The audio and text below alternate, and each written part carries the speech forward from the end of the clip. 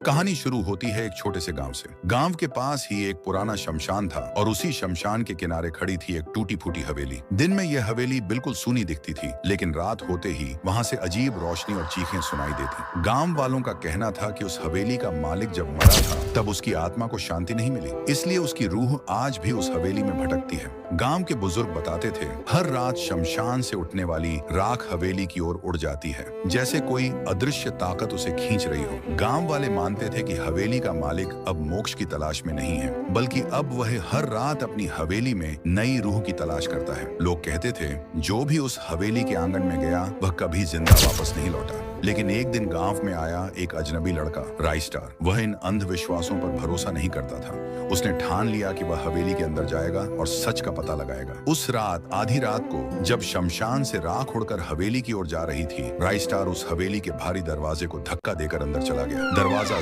जोर से चरमराया और पूरा गांव सहम गया। अंदर घुप अंधेरा था, टूटी दीवारों पर राख की मोटी परत जमी थी। अचानक हवेली के बीचों बीच एक परछाई हिली। लाल आंखें, राख से सना चेहरा और हाथों में चिता की आग लिए वह वही आत्मा थी, हवेली का मालिक। उसने राइस्टार की ओर देखते हुए भारी आवाज में कहा, आखिरकार तू खुद चलकर मेरी हवेली में आया है। यहीं से शुरू होता है राइस्टार का सबसे खतरनाक सफर, जहां उसे पता चलना था कि यह हवेली सिर्फ डरावनी है या फिर इसके पीछे छुपा है कोई ऐसा राज जो पूरे गांव की किस्मत बदल देगा।